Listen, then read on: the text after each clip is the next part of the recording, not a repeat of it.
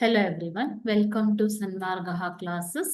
ಕರ್ನಾಟಕದ ಭೂಸಂಪತ್ತು ಎಂಬಂತ ಚಾಪ್ಟರ್ ನಿಂದ 11ನೇ ಪ್ರಶ್ನೆ. ಈ ಕೆಳಗಿನ ಕೋಷ್ಟಕವನ್ನ ಸೂಕ್ತ ಮಾಹಿತಿಯೊಂದಿಗೆ ತುಂಬಿರಿ. ಕೃಷಿಗೆ ಸಂಬಂಧಿಸಿರುವಂತದ್ದು ನೋಡಿ. ಕ್ರಮ ಸಂಖ್ಯೆ, ವ್ಯವಸಾಯದ ವಿಧಗಳು, ಬೆಳೆಗಳು, ಉದಾಹರಣೆಯನ್ನ ನೀವು ಕೊಡ್ಬೇಕು. ಓಕೆನಾ?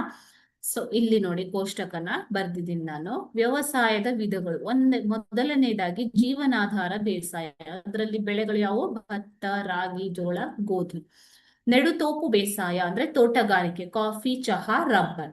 ವಾಣಿಜ್ಯ ಬೇಸಾಯ ಅಂತಂದ್ರೆ ತಂಬಾಕು, ಹತ್ತಿ, ಕಬ್ಬು, ಸೆಣಬು. ಇವು ವಾಣಿಜ್ಯ ಬೇಸಾಯಗಳು ಅಂತಂದ್ರೆ ಮಾರಾಟ ಮಾಡುವುದಕ್ಕೋಸ್ಕರವೇ ಬೆಳೆಯುವಂತಹ ಬೆಳೆಗಳು. ಮಿಶ್ರ ಬೇಸಾಯ, ಬೆಳೆಗಳ ಜೊತೆಗೆ ಕುರಿ, ಕೋಳಿ, ಜೇನು ಇತ್ಯಾದಿ ಸಾಕಾಣಿಕೆ ಮಾಡುವಂಥದ್ದು, ಅದು ಮಿಶ್ರ ಬೇಸಾಯ. ಓಕೆ, ಸೊ ಈ ರೀತಿ ವಿವಿಧ ವ್ಯವಸಾಯದ ವಿಧಗಳನ್ನ ನೀವು ನೆನ್ಪಿಟ್ಕೊಂಡು ಆ ಬೆಳೆಗಳ ಉದಾಹರಣೆಗಳನ್ನು ಕೂಡ ನೆನ್ಪಿಟ್ಕೋಬೇಕು. ಓಕೆನಾ ಮಕ್ಕಳೇ? Thank you.